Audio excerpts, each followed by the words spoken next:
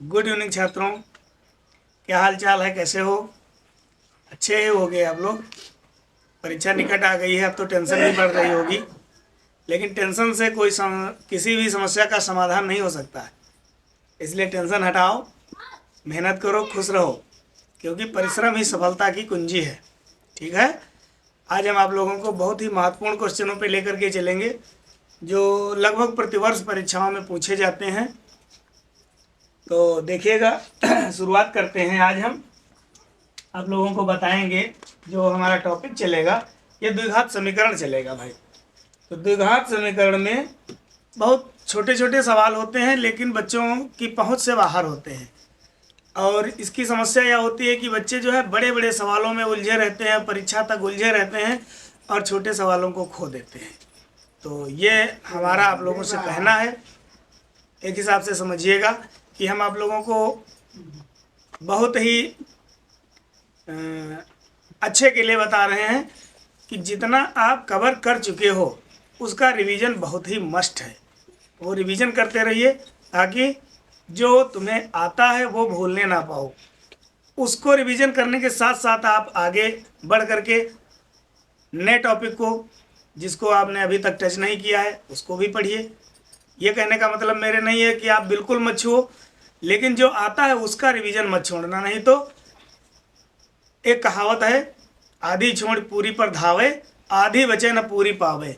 इसलिए आधी जो पकड़े हुए उसको पकड़े ही रहिए और पूरी की पकड़ने की व्यवस्था में लगे रहो, ताकि दोनों चीज़ें आपको कंप्लीट रूप से मिलती रहें। धन्यवाद भैया।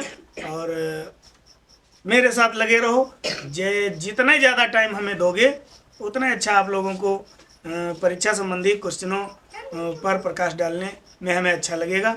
तो अब हम लेकर के चलते हैं, आपको सवाल दिखा रहे हैं। पहला सवाल दिया हुआ है, ऐसी दो संख्याएं ज्ञात करो। इसमें भैया संख्याएं पूछेगा, जैसे कह रहा है कि ऐसी दो संख्याएं ज्ञात करो जिनका योगफल 8 है, जिनका योगफल 12 है, जिनका योगफल 27 है।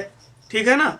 और बाद में उनके वर्गों का योगफल जो भी कहता हो। तो इस सवाल में कह रहा है कि ऐसी दो संख्याएं ज्ञात करो जिनका योग 27 हो और गुणनफल 182 है। ध्यान दीजिएगा, ये आपका क्वेश्चन है। ऐसी दो संख्याएं ज्ञात करो जिनका योग 27 है और गुणनफल जो है 182 है। तो यहाँ लिख देंगे गुणनफल 182 है। ये क्वेश्चन आपके सामने आता है। अब यहाँ पर ध्यान ये देना है कि इस क्वेश्चन में मेन है क्या। ज्ञात करना है हमको दो संख्याएं, ये दो संख्याएं ज्ञात करनी है। अब इन दोनों संख्याओं को जोड़ा गया तो योगफल मिल रहा है 27। तो इसमें एक कोई भी संख्या मान लेते हैं, चाहे पहली संख्या मान लो चाहे दूसरी संख्या मान लो। तो यहाँ पर हम पहली संख्या मानेंगे। यहाँ सबसे पहले लिखेंगे हल। हमेशा ध्यान रखिएगा, प्रश्न पत्र हल करने के लिए क्वेश्चन नंबर डालिए और लिखेंगे हल। तो मान लेते हैं, तो यहाँ लिखते हैं माना पहली संख्या बराबर हमारी है x। तो दूसरी संख्या जो बनेगी, ये दूसरी संख्या को जब हम मानेंगे तो ये हो जाएगा आपका 27 माइनस x। एज एग्जाम्पल समझिएगा, जैसे आप दो लोग हैं और दो लोगों के पास में मान लेते हैं 50 रुपये हैं। फिर कहता है कि एक के पास 30 रुपये हैं, एक व्यक्ति के पास 30 रुपये हैं, तो दूसरे व्यक्ति के पास कितने रुपए होंगे। तो भैया अगर हम 50 अर्थात दोनों से अगर हम एक का पैसा घटा देंगे तो दूसरे का पता चल जाएगा। सेम यहाँ पर वही किया गया है कि दो संख्याएं जिनका योगफल 27 था, एक संख्या हमें मालूम हो गई है x है, तो दूसरी संख्या को हम 27 से घटाएंगे तभी आएगी। तो ये हमारा इस प्रकार से यहाँ पर दोनों संख्याओं को मान लिया गया है। अब कह रहा है उन दोनों संख्याओं का भैया गुणनफल जो है वो दिया हुआ है 182। अब यहाँ पर लिखेंगे हम गुणनफल। तो गुणनफल लिखने की जरूरत नहीं, समझ जाइएगा x और फिर 27 माइनस एक्स, भाई इनकी गुणा ही तो कर रहे हैं, बराबर यहाँ पर आ जा रहा है आपका 182।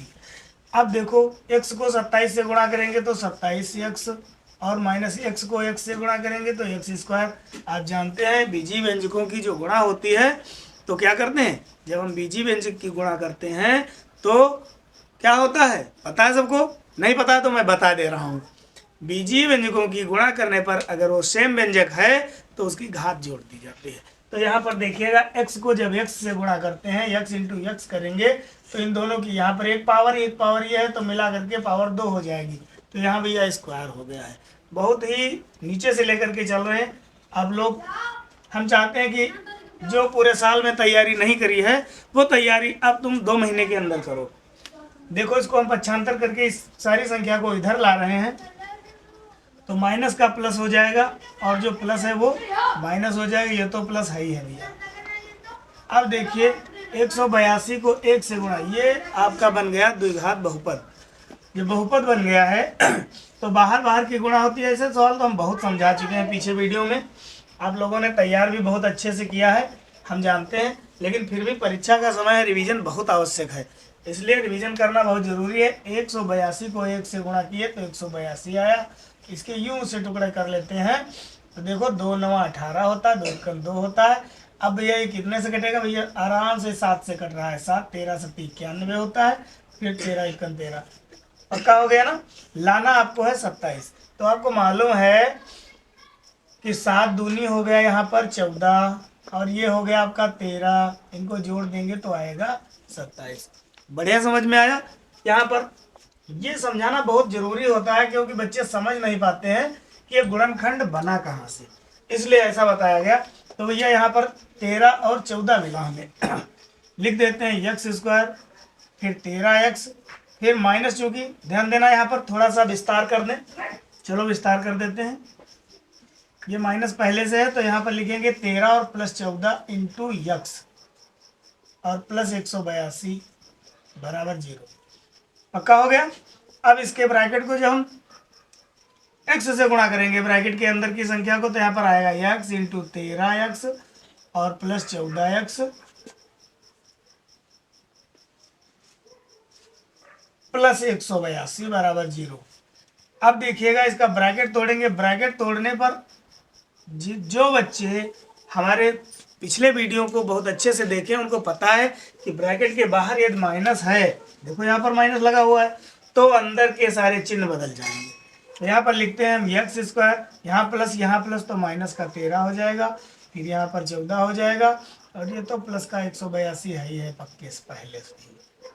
अब देखिए भैया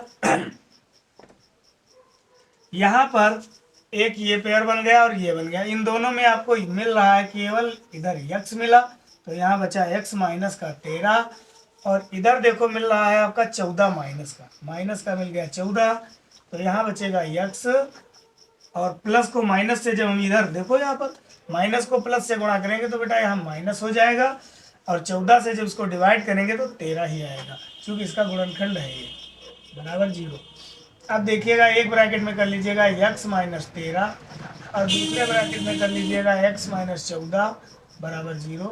तो x माइनस 13 बराबर 0, फिर x बराबर 13 आ गया, फिर आ रहा है इधर x माइनस 14 बराबर 0, तो x बराबर 14 आ रहा है। इसलिए वो दोनों संख्याएं जो आई हैं आपकी, तो यहाँ लिखेंगे हम पहली संख्या 13 आ गई और दूसरी संख्या जो आई उसको हम लिखेंगे 14। ध्यान देने वाली बात यहाँ पर यह है कि सवाल कह रहा था कि दोनों संख्याओं का योगफल होना चाहिए 27। तो देखिए अगर हम पहली संख्या और दूसरी संख्या को जोड़ते हैं तो 4 और 3 7, 1 1 2 27 ही आता है। इसलिए हमारा सवाल बिल्कुल कन्फर्म है, सही है। आप लोग तत्काल इसको उतारिए।